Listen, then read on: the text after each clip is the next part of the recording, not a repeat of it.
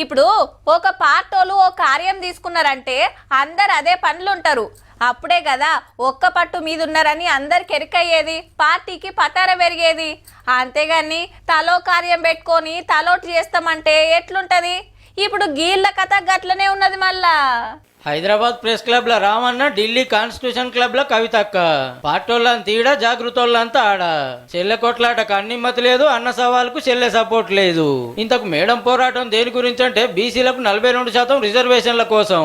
రాష్ట్రపతి కాడ పెండింగ్లు ఉన్నది ఎమ్మటే ఓకే చేయాలి, లేకుంటే 17 నాడు రైలు బండ్లు ఆపేస్తామని ఆవాజ్ ఇచ్చింది అక్క.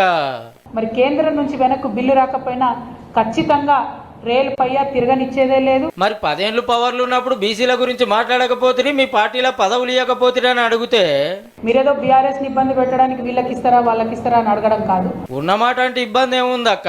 రైలు బండ్లను ఆపేంత లడా ఎత్తుకుంటే కారోళ్ళు ఒక్కలు సుతా ఢిల్లీకి రాలే. గమ్మత్ ఏంటంటే నిన్న మొన్న సపోర్ట్ చేయని గులాబీ లీడర్లు ఢిల్లీలో మేడం మాట్లాడంగానే ఆయనతో మేమేడెనక పడతామో అని పార్టీ ఆఫీసులు ఇలాకర్ల మీటింగ్ పెట్టి బీసీల కోసం కొట్లాడతామన్నారు.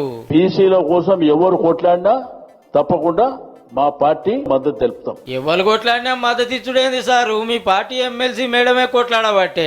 హీగేముంది, గులాబీ పార్టీల గ్రూపుల గురించి బయటోళ్ళు తలో దిక్కనబట్టి.